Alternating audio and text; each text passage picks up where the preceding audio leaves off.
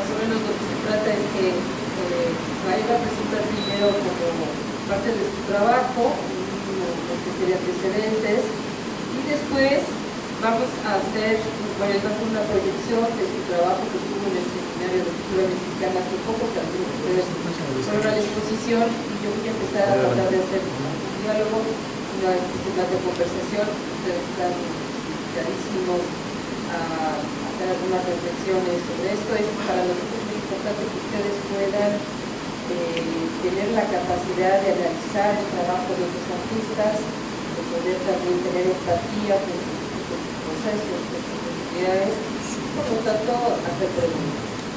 Bueno, ahora, ya saben, esto es el mapa, que es la maestría en arte y producción artística, y Eric, el Instituto Nacional está muy linda, de su formación como pintor ha sido autodidacta, en el sentido de que no se formó en una escuela, pero no en el sentido de que deba esa formación solo a sí mismo. Pues ha aprendido y sigue aprendiendo de un sinnúmero de colegas y maestros de la universidad, muchos de los cuales vivieron hace siglos en lugares remotos. En 1990 ingresó a la entonces Escuela Nacional de Artes Plásticas de la UNAM, pero la abandonó al poco tiempo. Entre 1991 y 1994 estudió Historia del Arte en la Universidad Iberoamericana.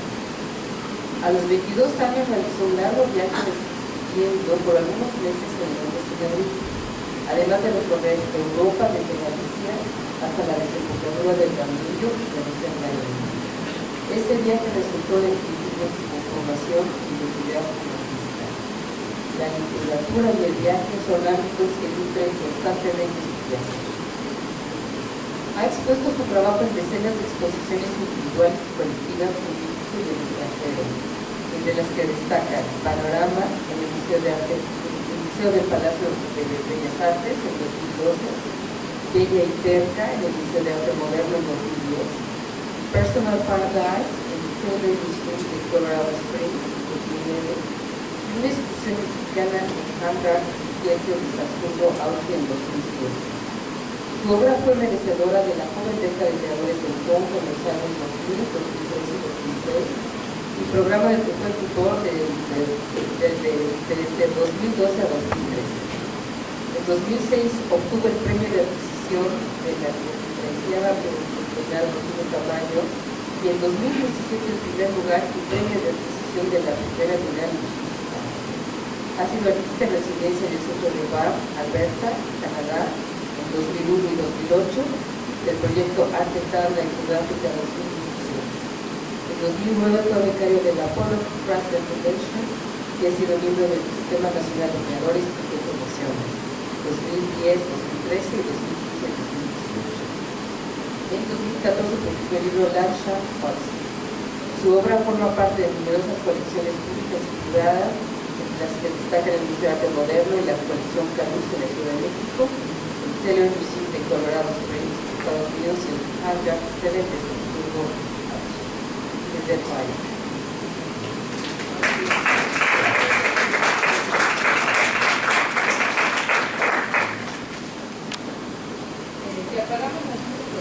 Sí, yo creo que se ve. Gracias. Muchas gracias, Magali, muchas gracias a la facultad y a la universidad y a todos ustedes por estar aquí.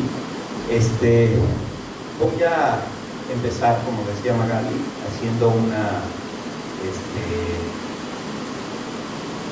breve recapitulación por una carpeta con selección de obra, para que tengan un contexto más o menos general sobre mi trabajo, y a partir de eso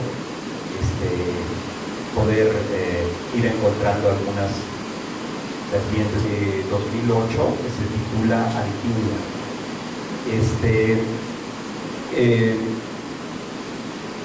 Hay un cuadro anterior que se llama El Alquimista. Van a ir viendo cómo en muchos momentos mi obra va recorriendo así como una especie de es un proceso abierto, ¿no? Entonces no es una cuestión proyectual en el que yo proyecte un cuadro específico y que de ese se llegue a una conclusión, sino que muchas veces quedan abiertos y se regresan, se revisitan para hacer una nueva versión. Un cuadro puede ser la simiente de uno siguiente y no necesariamente consecutivo, puede suceder mucho tiempo después que regrese a esa imagen, ¿no? Entonces, digo, aquí les voy a ir dando algunas de esas claves. Por ejemplo, en este es el del alquimista. Es un cuadro infernal para fotografiar. Los fotógrafos sufren mucho porque si queda en una exposición correcta el fondo, entonces queda subexpuesto el frente y viceversa. Pero lo que ven aquí es a un niño jugando en la playa y está sucediendo la magia, ¿no? de que ese montículo se convierte en un volcán, y ustedes que son morelenses pueden reconocer ahí todo un paraje real, ¿no? Entre el Popo y el Teposteco. Este se llama Carretera, es un cuadro de 2008 también, y surgió de una experiencia directamente vivida. Es decir, yo iba manejando una vez a Querétaro, estaba lloviznando y de repente se abrió una ventana de luz, y ese solo hecho fue como muy impactante, y a la semana siguiente estaba pintando el cuadro. A diferencia de otros, por ejemplo el de Alquimia, que no es una ficción, no es algo que haya sucedido, sino que fue una construcción. Y este cuadro, al mismo tiempo que es una representación de algo vivido, al estar guardado en la memoria, tampoco es tal cual, no es la imagen objetiva, ¿no? Y esa es la gran diferencia que existe entre este trabajo, que engañosamente puede parecer realista, lo es, pero no tiene, es imagen, pero solo colateralmente es una imagen. Entre otras cosas es una imagen, pero muchas otras cosas más, ¿no? Hay una carga simbólica que está, cuyo germen está incluso antes de que el cuadro suceda, en la imagen mental que queda en la memoria. Este se titula Desde la caverna. Es igual que en el caso del alquimista y de Alquimia, una versión de un cuadro anterior, y que a su vez va a tener otros consecuentes. Este es de 2008, y vamos a ver más adelante su antecedente. Este cuadro se llama Doña Blanca, pertenece a un conjunto de obra en el que en el 2011 estuve trabajando mucho con la analogía entre las olas y las montañas, que esencialmente son lo mismo, son acumulaciones de fuerza que tienen una dinámica muy similar. La gran diferencia es temporal, ¿no? Las olas suceden en segundos, y las montañas se levantan y se destruyen en eones, en periodos geológicos que nos parece que están inmóviles, pero no es cierto, están obedeciendo una lógica muy similar. Entonces esta analogía me intrigó y me hizo producir una buena cantidad de obra. A su vez el título alude también a un poco, así se le conoce, por ejemplo, en los ámbitos de graniceros y de los pobladores de las faldas del Iztaccíhuatl, se le conoce también como Doña Blanca, la señora, etcétera, ¿no? a la montaña. Entonces es como el nombre de una montaña realmente, pero la espuma simula la nieve, ¿no? Entonces hay una serie de correspondencias que trato de explotar, no nada más en el cuadro, sino incluso en cuestiones como el título, ¿no? Carretera, que vimos hace un rato, surgió, como les contaba, de una anécdota, de una vivencia directamente vivida, y muy poco tiempo antes de haber pintado el cuadro. mientras que esto es una sublimación de un recuerdo infantil.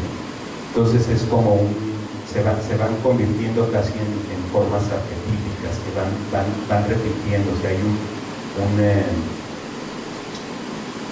un ámbito ahí sumergido en la narrativa de ese cuadro, de ese automóvil en la carretera que tiene, digamos que tiene connotaciones también análogas a las que tenía el montañista de Caspar David Friedrich, que todos ustedes deben conocer, ¿no? Pero en un contexto, en el contexto inmediato de uno, ¿no? Que la carretera y el automóvil son los ámbitos en los que uno vive su cotidianidad, su traslado por el entorno natural. El coloso corresponde a esta serie de las montañas. Es un retrato del Dr. Atom, como pueden ver, pero también con el título aludo a esa ambigüedad. ¿Quién es el coloso? La masa del cono volcánico que está ahí atrás, o el anciano pintor que le falta una pierna, pero ahí anda. El Rey de la Montaña es un cuadro interesante. Bueno, es una serie de piezas interesantes porque estaba yo inmerso en todo este mundo de las analogías entre las montañas y las olas, cuando encontré la serie televisiva de Mad Men, que no sé si ustedes la han visto, pero quienes la conozcan recordarán que hay un momento en el que este ser atormentado, que es Don Draper, huye, desaparece y se va a California, Shangri-La de los gringos de aquellos años, y Patricia Arquette, que es esta mujer con la que tiene una relación muy extraña, lee el tarot, y la carta que le sale es una que se llama El Rey de la Montaña, y básicamente el mensaje es de una soberanía, ¿no? De decirle, mira, realmente estás bien, nada más deshazte de todo las amarras que te impiden ser quien realmente eres. Acto seguido el cuate se va al mar, y el final de ese capítulo es una belleza, porque es esta entrada al océano con esta luz cobriza, que a mí me fascinó en sí misma, pero me intrigó todavía más por esta relación, ¿no? O sea, él entra al mar justo después de que le salió una carta definitiva, que era el Rey de la Montaña. Es muy parecido a lo que yo estaba leyendo de Alfredo López Austin y Leonardo López Luján, que se llama El Tether, que es un ensayo maravilloso sobre esta relación mítica entre la montaña y la pirámide. Y en las montañas, en la cosmogonía mesoamericana, se guardaban enormes tesoros guardados por un amo, el amo de la montaña o el señor de la montaña, como lo de las cartas. Entonces, esta como que doble relación me hizo una especie de cortocircuito que no pude dejar de pintarlo, y al pintarlo además hacer un homenaje a ese gran pintor del movimiento del agua y de la luz de Pueyrredón, ¿no? Entonces el tratamiento va muy por ahí. Aquí incluso está modificado para que asemejen las fauces del Señor de la Tierra, ¿no? Es como una máscara olímpica, ven ahí las cejas y la trompa del monstruo de la tierra de los olmecas.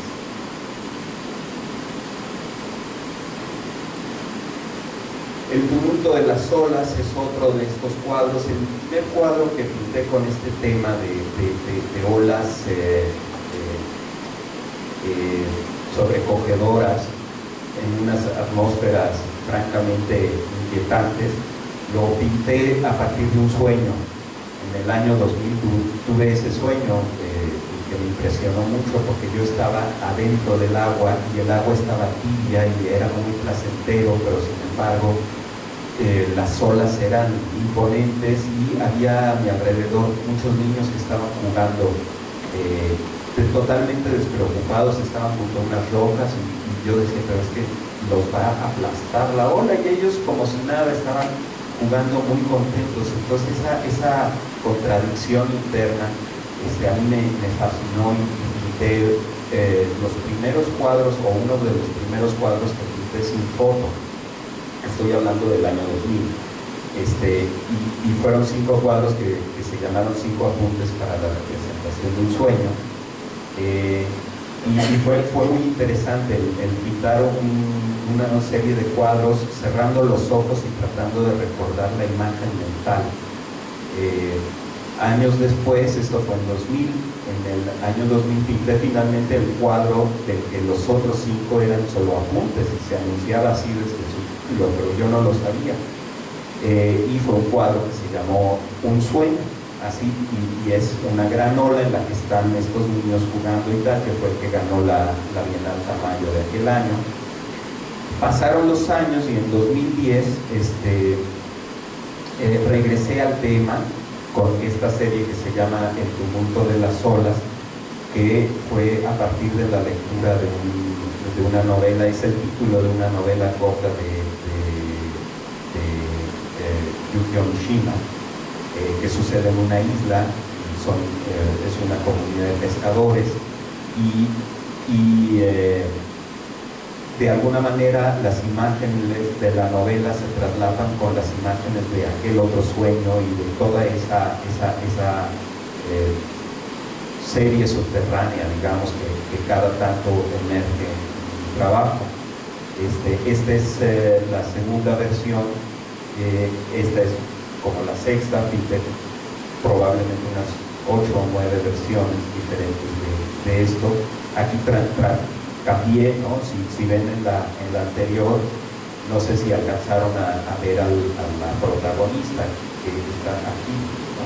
Esta nadadora está francamente dentro del agua, flotando, nadando, sobreviviendo, mientras que acá está de pie, haciendo contacto con el suelo, pero entrando este personaje que yo, para hacerlo visible en el cuadro, le puse una antorcha, pero también eso pues tenía un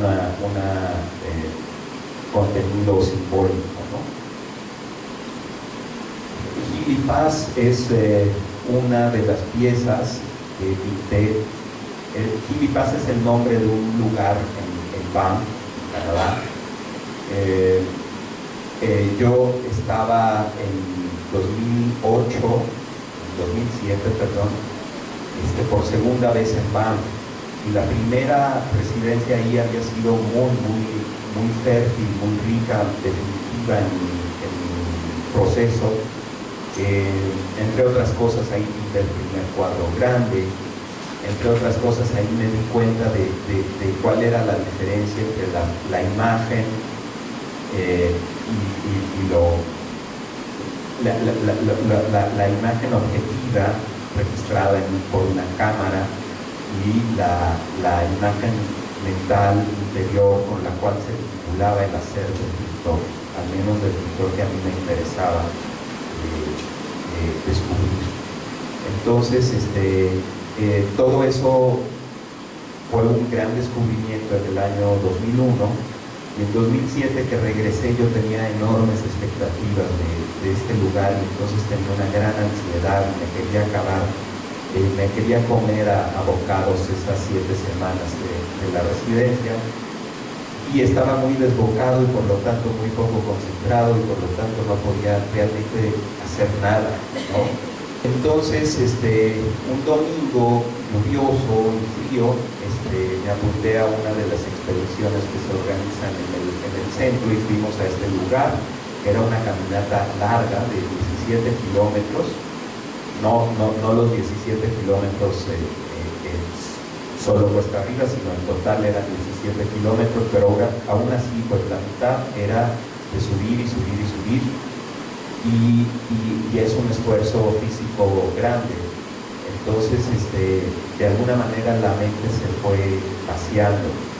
Para cuando llegamos a la zona subalpina, esta en la que ya no hay árboles y que ya solo hay pastizales y rocas, digamos que ya estaba en un estado propicio como para... al llegar al punto final de la caminata, que se supone que era un lugar impresionante por las vistas que se ponían de ahí, pues no había ninguna vista, porque todo estaba cubierto por niebla. Pero nos dieron un tiempo para caminar por ahí, deambular un poco. Cada quien hizo lo que quiso. Un amigo escritor, Jaspreet Singh, se sentó en una roca. Yo recuerdo que ya en este estado un poco de agotamiento y de alucinamiento, sí pensé, qué barbaridad, porque como pasaba la niebla, yo decía, este cuate está sentado en lugar de su alfombra voladora, en su roca voladora, ¿no? Y además con la capucha esta y todo, sí que tenía una connotación fuera de lo común e interesante. Pero luego, al yo alejarme, empecé a ver moteado el piso y había unas vibraciones que yo atribuía a este estado ya un poco alucinado que traía encima.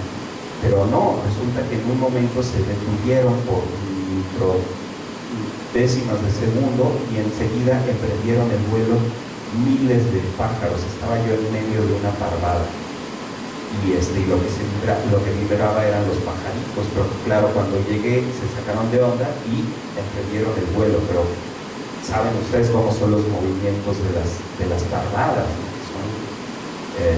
Son increíbles verlos en la carretera a lo lejos, pero imagínense estar en medio de eso y además en este entorno totalmente bloqueado por la niebla. Era totalmente alucinante. Para entonces, perdón que me extienda un poco en esta narración, pero creo que estos contextos dan un poco de luz sobre el proceso, que es lo que es importante que podamos platicar más adelante. Entonces les decía que en este momento estaba leyendo, o había leído poco tiempo antes, un libro extraordinario de Roberto Calazo que se llama K.A., porque hay otro que se llama K, que es sobre Kafka, pero el que les digo es K.A., que es sobre mitología hindú. Y hay un pasaje en el que habla sobre la conciencia y la autoconciencia, que son dos pajaritos que se ven uno come la vaina y el otro se ve así. Y es una metáfora que en los Vedas hacen de lo que es la conciencia, que siempre tiene esta cuestión doble, ¿no? Consciente y el inconsciente, si quieren ustedes.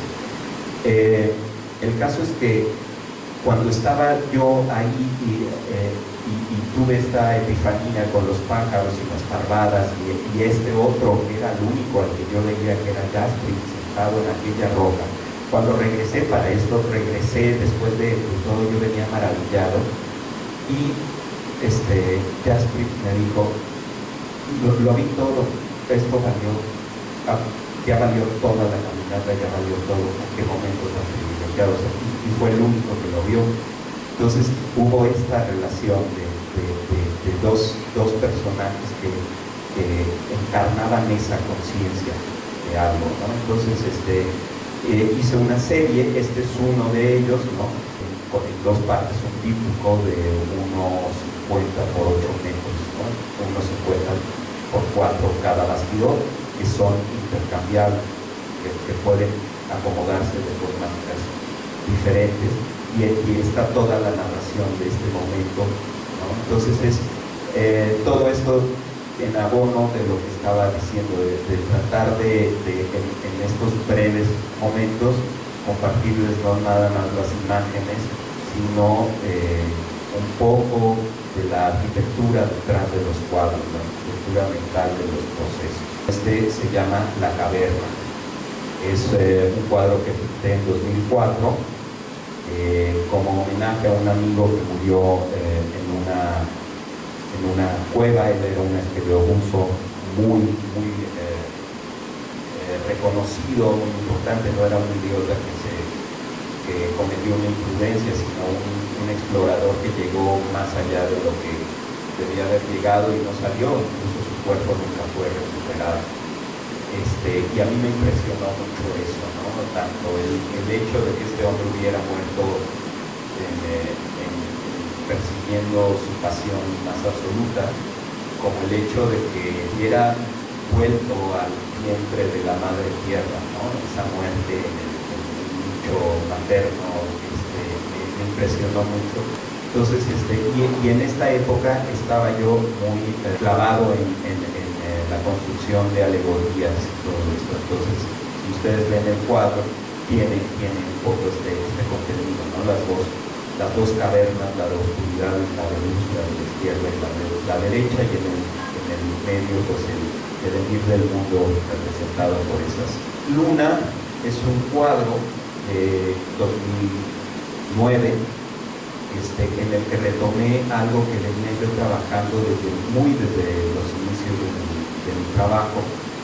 Yo empecé a partir del 94, 95, regresando del viaje que contaba Magaldo en la semblanza, regresé a México y empecé a buscar un camino, pero ese fue un camino, un proceso muy arduo, no es fácil. Y tenía una mente un poco como lo que les describía en lo de Gilly Paz, ¿no? Lo que le dicen los gringos monkey minded, que saltas de un lado para otro, que todo te estimula, que quieres todo, hacer todo y todo al mismo tiempo y sin orden ni concierto, ¿no?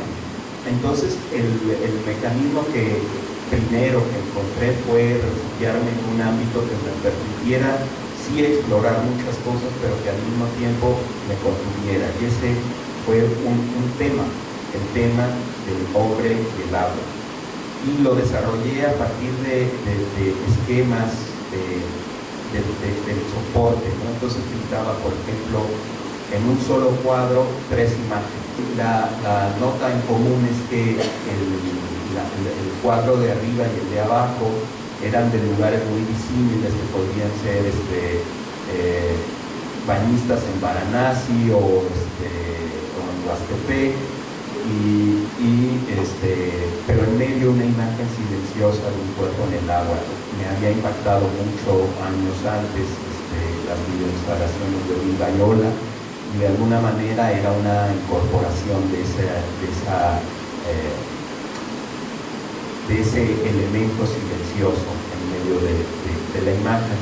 Pero claro, ya mi trabajo evolucionó hacia otro lugar, pero años después yo quise regresar a eso, rompiendo esa estructura rígida de la línea recta y fundiendo esas 3 imágenes, ¿no? Entonces este es uno de los ejemplos, ¿no?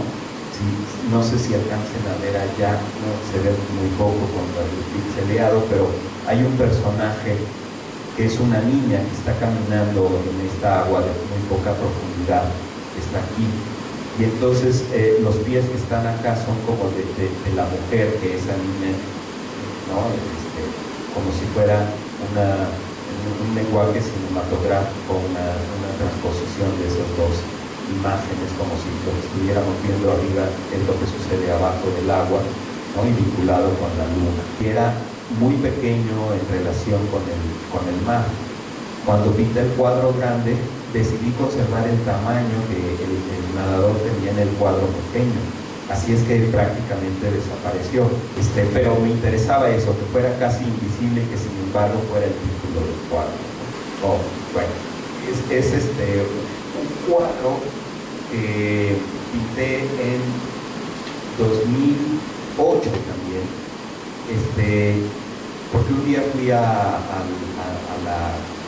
edificio de Banamex, ahí en la calle de Madero, y tenían ese día la colección permanente, y en una sala de las de arriba tenían un gabinete de maravillas, las acuarelas que un viajero muy poco conocido, irlandés, que llegó con el imperio, pero no llegó con el imperio, llegó con los franceses en 1862, estuvo un año o poco más aquí y se regresó, pero dejó un álbum de acuarelas de 5 por 10 aproximadamente, estupendas, maravillosas, increíbles. Entonces yo decidí regresar al día siguiente con una libreta y lápices muy afilados y me dediqué a hacer una copia súper paciente y minuciosa de estas piezas. Una de ellas, la que a mí más me había impactado, era esta, ¿no? Pero yo la decidí hacer un cuadro al óleo de unos 50 por 2. Entonces casi la multipliqué, ¿no? Por mucho. Y bueno, y al haber sido acuarela y transferirse a óleo, fue adquiriendo otra connotación, sobre todo lumínica. Sin embargo, lo que sí conservé fue esta concisión gráfica que casi parece como del Quillot, ¿no? Como láminas de color plano. Y esta cosa que a mí me sigue impactando, ¿no? Que es como la montaña parece estar surgiendo del humo de la fogata. Luego volví a ese cuadro en algunas otras versiones que no están aquí, pero que fueron también transformándola, ¿no? O sea, la montaña fue adquiriendo otras cualidades más iridiscentes. Este cuadro se llama Palmira, 10 de marzo de 1938, que fue el primer intento de privatización de la industria petrolera. No sé si ustedes lo recuerdan, en el sexenio de Calderón, y no tuvo éxito en esa ocasión, aunque después haya tenido. Fue uno, quizás este cuadro y algunos otros sean germen de la serie que pinté en el Seminario de Cultura Mexicana. Es de los primeros momentos en el que utilicé las herramientas que yo había desarrollado para manifestar, hacer visible un mundo interior, personal, individual, íntimo, y volcarlo sobre una perspectiva histórica, ¿no? En este caso, ahí ven ustedes al general Cárdenas, que va caminando por una vereda con el general Mújica. Todo esto lo saqué de los apuntes de Cárdenas, en que cuenta que justo una semana antes de la expropiación vino a inaugurar a Zacatepec el ingenio.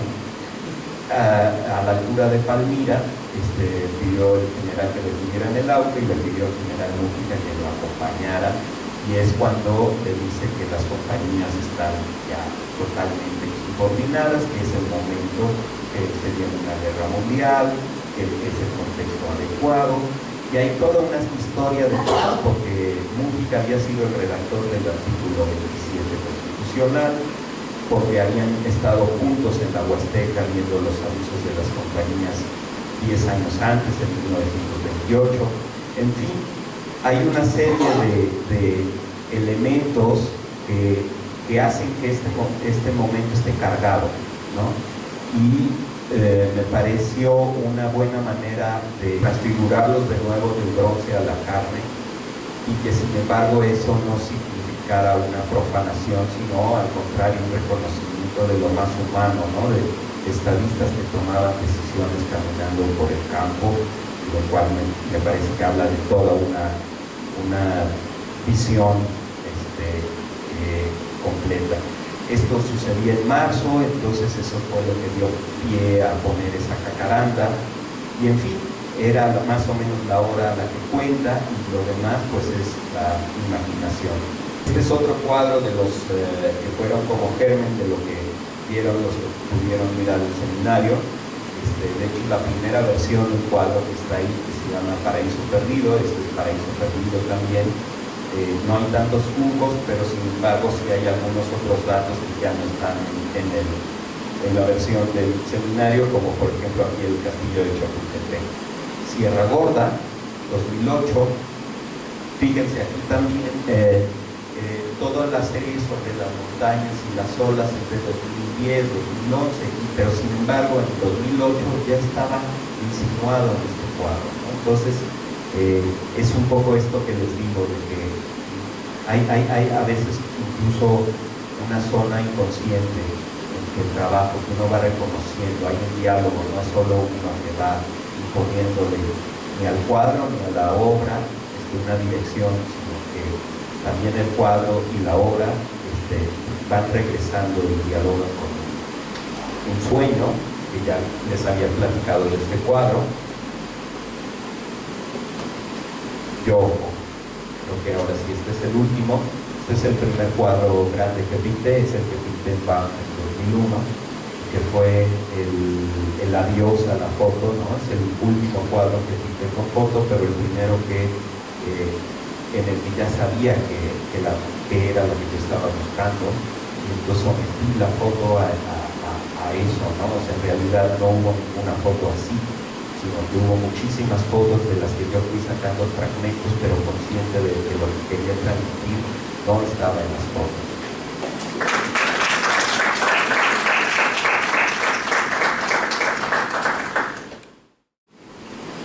Bueno, hay muchas cosas que quiero preguntar, espero que ustedes también tengan comentarios. Primero, cuando tú dices la foto, el abandono de la foto, esto me interesa porque cuando empezaste diciendo esto pensé en los fotógrafos contemporáneos que se llaman de esta ciudad. Estoy pensando en Nuremberg, pero no es Nuremberg, es de donde daba clases Düsseldorf. Estos fotógrafos, no sé si ustedes los conocen, que tienen este gran formato, exactamente, todos ellos, que justamente ellos empiezan a hacer estas fotos de fragmentos de fotos, entonces en realidad le adquieren un tipo pictórico, es una especie de pintura fotográfica. En tu caso, cuando tú hablas de la foto, quiere decir que tú tomabas una foto y la copiabas. En esa primera etapa, ¿te acuerdas que platicaba de esto del agua y de todo eso? Sí, cuando te digo que estaba una escena de bañistas en Benares y una en Huastepec o cualquiera otra, tenía yo un acervo enorme de fotos y sí, copiaba esa foto, la ponía, la pictorizaba la foto. Y entonces ahora cuando tú dices dejo la foto, digamos que es una aproximación más a esta escuela de Düsseldorf, que en realidad sí utilizas el material fotográfico, pero vas editando como si estuvieras haciendo un montaje. ¿Eso es lo que estás diciendo? Momentos de foto. Hay momentos, cuadros en los que eso sucede. Por ejemplo, en la obra de la exposición, fueron a ver la exposición, porque no sé si ok, bueno, ahí hay algunos fragmentos, zonas puntuales que tienen fotos, por ponerte un ejemplo, la piedra de los tecomates. Esa, fui a Tlaloc de antropología, le saqué una foto, sí, y después la viré, sí, y lo que hice fue meterme en el encuadre para generar la ambigüedad. Muy poca gente lo reconoce, o por lo menos lo reconoce de inmediato, porque hay esa edición. Con el solo hecho de meterte, dejas de reconocerlo y entonces ves la cualidad estética antes que el reconocimiento de la pieza. Pero la mayoría de los cuadros no hay foto, no hay foto en el paraíso. El cuadro de Islote, pues casi ninguno, pocos tienen fotos. También hay una cosa que me parece peculiar, y es que muchas de tus formas, en esta que son entre abstractas y figurativas, sí tienen una especie de monstruo atrás. Cuando hablamos de esto, que sería como las cejas que del mar, y en este del sueño, esta figura, claro, no es muy conocida, pero esa figura oscura que parece que tiene un puntito, ¿no? Que entonces hace de este sueño un lugar rarísimo donde aparece una especie de mamífero que se insinúa, no es totalmente amenazante excepto por el tamaño, ¿no? Sí, claro. Entonces hay un mundo también, vamos a decirlo así, hasta cierto punto onírico o mítico más bien, ¿no? Sí, sí, totalmente. Sí, digo, para continuar un poco con el tema de la foto y asociarlo con esto, lo que no conté que este cuadro que quedó aquí, yo fue el último en el que utilicé fotos, pero que ya no tenía esa conciencia, pero no conté todo el contexto anterior, y creo que vale la pena platicar un poquito sobre eso. Es que yo llegué ahí a BAM con un proyecto para pintar paisaje, y mi experiencia de pintar paisaje previo a aquello era ir con Sama y con otros colegas, nos íbamos a algún lugar cerca de los volcanes, íbamos buscando un lugar en el que hubiera un cuadro que más o menos nos gustara. Eso era difícil, te tardabas horas, llegabas, era toda una lectura y te apuntabas lo que veías en ese sitio. Cuando llegué a BAM, o sea, nada más abrir la puerta, la ventana de tu cuarto ya era una imagen impresionante que nunca habías visto en tu vida en vivo, pero que la habías visto en mil veces en los calendarios de las tortillerías o en tu cuaderno escrito de forma italiana, conocido desde la más tierna infancia, o sea, totalmente asimilado, ¿no? Entonces, era complicado, esa relación estableció un ámbito de reflexión crítica profunda. Luego, agarras tus pártulos y te vas, donde te pongas vas a encontrar algo increíble, pero entonces conquistabas el resultado, perdónenme que lo diga así, pero era un borroso. Porque era lo que veías, pero claro, no era impresionista. No, pero ¿por qué justo eso sucedía en el lugar en el que tenías el paisaje más sublime que la vida? Porque te faltaba una especie de proceso digital. Es que, claro, no, o sea, lo que objetivamente es la imagen objetiva del mundo, no, es más, es la que está mediatizada, y eso era antes de Instagram y demás. Nada más eran estos recuerdos de los calendarios y de los cuadernos, pero ya estaba totalmente asimilada, una moneda corriente, por lo tanto devaluada, ¿no? ¿Qué es lo que no está devaluado? Lo que tiene está en otra dimensión. Es más, ¿cuál es el trabajo del escritor? Y ahí fue que hicimos esta caminata. Tuve la suerte de que unos fotógrafos amigos estaban terminando su residencia, yo estaba en plena crisis, me invitan a ir a otro parque natural en British Columbia ya, pero no lejos de BAM, y ahí acampamos, y ahí fue como con tiempo, poco a poco, ir entrando en el espíritu del lugar en el que estaba dado por la temperatura, estaba dado por condiciones que no son visibles. La experiencia corporal. La experiencia corporal y mental, porque caminas un chorro, te oxigenas, lo mismo que estábamos platicando. Entonces, tu conciencia tiene otra manera de leer, de percibir de todo. Eso, pues, digamos que eso es interioridad pura. Sí.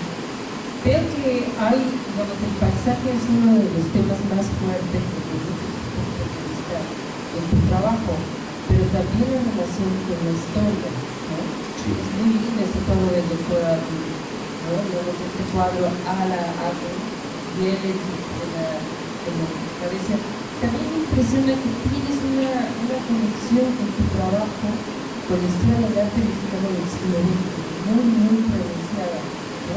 Digamos, aunque has viajado por tus cuadros y todo tu lugar, por alguna razón, lo que me contabas en el caso, me tocaba ver una de sus primeras experiencias de haber ido a la Secretaría de Educación Pública con los rurales, y eso, digamos, que es como ¿no? De esta emoción. Y yo creo que sigue habiendo este deseo de lo mexicano en el mejor de los estilos. ¿Es posible? No, totalmente, claro. Sí. ¿Nos puedes hablar un poquito de esto? Bueno, sí, para empezar, yo probablemente no lo lea mucho en mi obra más, digamos, en Gil y Paz, en todas estas cosas que tienen que ver con otras geografías, ¿no? De hecho, el libro que también mencionaba de Landgraf y Hudson, pues es el paisaje alemán y el río Hudson, pero no nada más es eso, es la pintura alemana desde Altdorfer hasta Kiefer, ¿no? Y la pintura de la escuela de Hudson, una playa de pintores. Entonces, sí creo que mi trabajo ha estado muy expuesto al ver pintura en todos lados del planeta, y además es un código que es eminentemente occidental, que tiene una historia europea de 5 siglos y no más, ¿no? Pero este eterno cuestionamiento de lo que somos, Paz probablemente fue el que me dio los proyectores más fuertes, pero al mismo tiempo su visión criollista de cómo encoja esa visión, pero esa provocación que fue el laberinto de la soledad va teniendo distintas etapas a lo largo de la historia del pensamiento sobre la identidad, y en ese contexto creo que se sitúan de manera muy diferente hoy día los pintores de la primera mitad del siglo XX en México. O sea, creo que si entendemos todo el proceso, este flujo y contraflujo de discursos, de ideas, de formas de ver, de formas de hacer, de formas de representar entre esta periferia en el mundo moderno, que es un mundo que surgió precisamente así, a través de la expansión y centralidad de Europa. La aventura de los pintores mexicanos del siglo XX, si tú lo ves a la luz del pensamiento crítico, de colonial, de las perspectivas más actuales de emancipación, de pensamiento crítico y de tal, adquieren una vitalidad y un valor que no tenían en los años 60, ¿no? En los que ya los jóvenes estaban hasta la madre del dogma de la escuela mexicana. Pero es que todo depende de la lectura que tienes, el momento en el que lo tienes y la perspectiva que le das, ¿no? Yo entiendo eso, por eso la alusión a los lugares de Orozco en el cuadro de la obra del pueblo en la exposición y algunas otras cosas, ¿no? O sea, y ahí hay homenajes a Miguel Pando, homenajes a la cultura del mural del siglo XVI con el nopal, la magnífica nopalera de Magnalco, de Claustro. O sea, si hay una toma, ¿no?, de una herencia sin ningún complejo y sin ninguna afán tampoco de imposición de nada, ¿no? Que creo que ahí es en donde la puerca torció el rabo, ¿no?, con el tema de la escuela mexicana. Sí. Bueno, creo que la escuela mexicana, digamos, inventa además para Estados Unidos también es importante, igual que Latinoamérica, historiadores, en el sentido que fue el primer país que pudo inventar una identidad artística, digamos, diferente de la de Europa a partir de esta idea de su pasado y su presente, ¿no? Un pasado más glorificado que actuado, porque la civilización contemporánea no lo está también, pero que sigue una pauta para que luego podamos intentar ayudarnos a tratar su propia tecnología. Quiero empezar a preguntar, estamos abiertos. No, a mí sí me gustaría preguntarte, hay también, bueno, aparte de la cosa literaria que es importante, también soy súper grande con el trabajo, me parece que es increíble, esta parte erudita y al mismo tiempo translúcida, ¿no?, una realidad brillante, la complejidad en estas historias, con estas historias en su estructura tienen otras cosas que decir, ¿no? Llama la atención que esta cosa de construir una pintura pero que tiene mito, porque en realidad estás queriendo decir otra cosa. Saben este cuadro de las dos cavernas, por ejemplo, que es muy lindo, que podría parecer famoso, pero que está con el origen del perro, que está allá. ¿Cómo las vas construyendo? ya no es desde esta cosa del México identitario, ya tiene más que ver con tonos de pintura, pero es una pintura que apela a un cierto tipo de figuración, vamos a decir, más anecdótica que otra cosa, ¿no? Que hay historia, sí está narrado una pequeña escena. ¿Cómo lo describes? Bueno, es un proceso muy largo. Ese cuadro es de 2004, y ya llovió.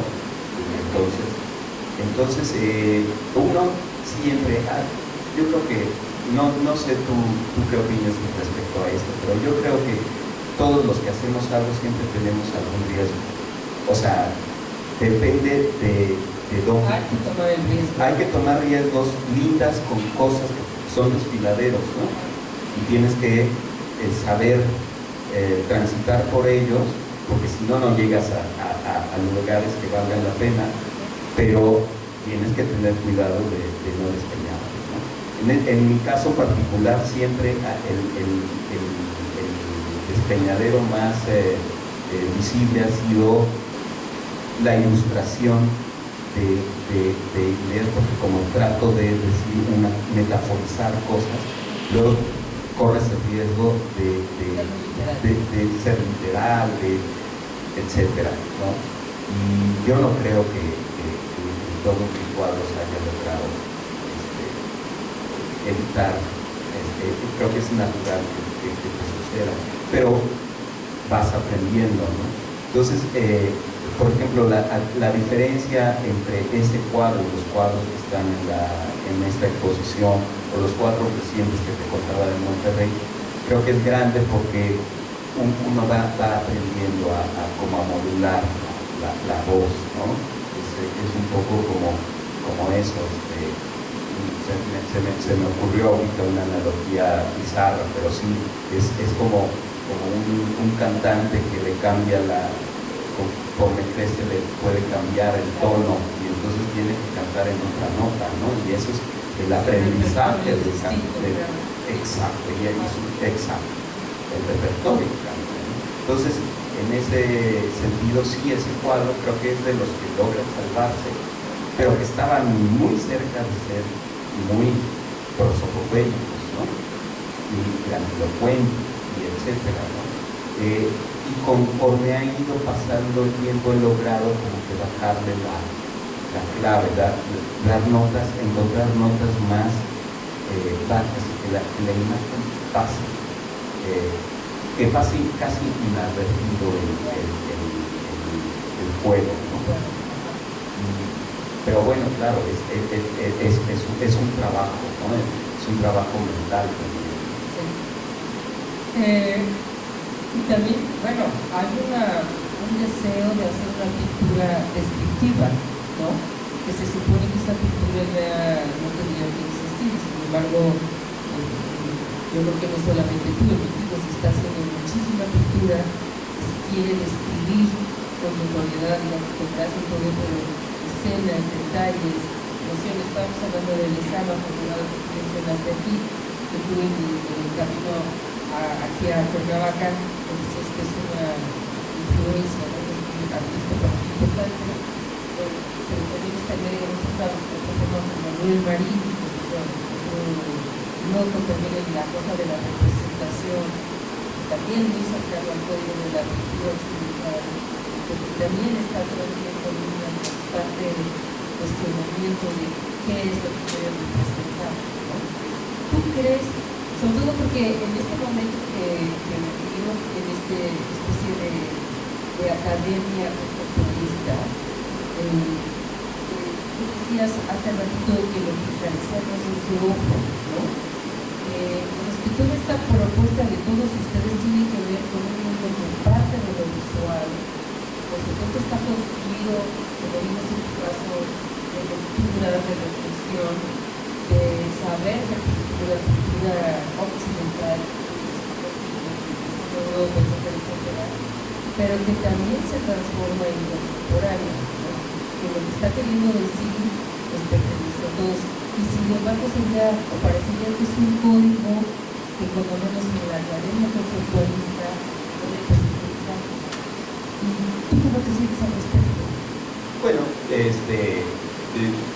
digamos que a mí tampoco me interesa entrar a la academia conceptualista, entonces estamos en santos pasos, pero digamos que hablando ya un poco más en serio, yo creo que todo esto viene de la iconoclastia duchampiana, ¿no? de su manifiesto contra el reptilianismo, ¿no? Y yo creo que igual que lo que había razón, por supuesto, pero sí, pero además, o sea, hay que entender el contexto, ¿no? O sea, el impresionismo había llegado demasiado lejos con la impresión reptiliana, ya no se decía nada ya, ¿no? Y la manera que encontró Duchamp para volver a decir cosas que valieran la pena, que volvía a ser fue antipictórica, antivisual, ¿no? Pero y bueno, está bien, es parte de nuestro patrimonio común, de nuestro mundo complejo, ¿no? Pero mencionaste a Mariña Lezama, ¿no? Por ejemplo, yo tuve el privilegio de tenerlos sentados juntos a los dos en sesiones, ¿no? Y no podía haber contraste mayor, ¿no?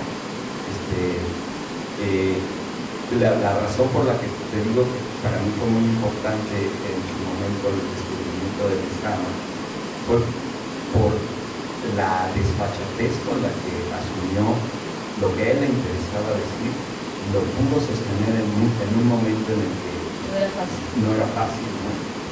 Y creo que eso nos abrió mucho camino, ¿no? Para decir eso, o sea, no es que me interese lo que está diciendo, me interesa la actitud con la que este cuate se está plantando para dictar lo que, pero claro, lo tiene que hacer bien. Hay toda una serie de elementos bien pensados, inteligentes, en factura y en temática y en exposición y todo, ¿no? O sea, el pensamiento pictórico está al servicio de algo que quiere decir el artista. Es como él le dice, la caja de herramientas, ¿no?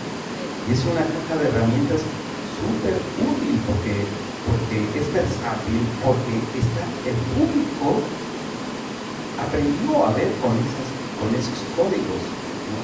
Entonces es como, a mí me parece muy limitado el deshacernos de la caja de herramientas del abuelo porque ahora te vendieron una a 5 pesos en el metro Made in China, ¿no?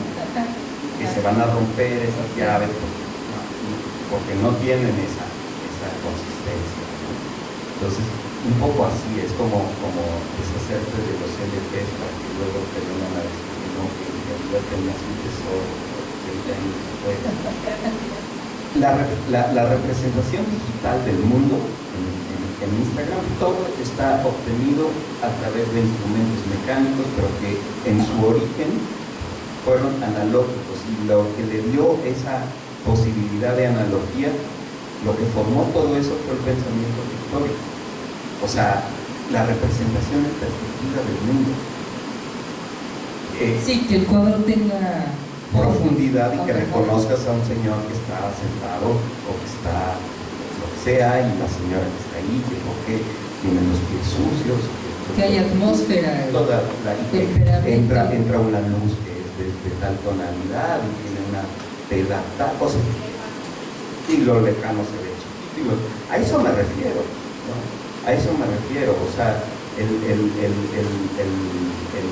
de hecho, creo que esa es una de las grandes limitaciones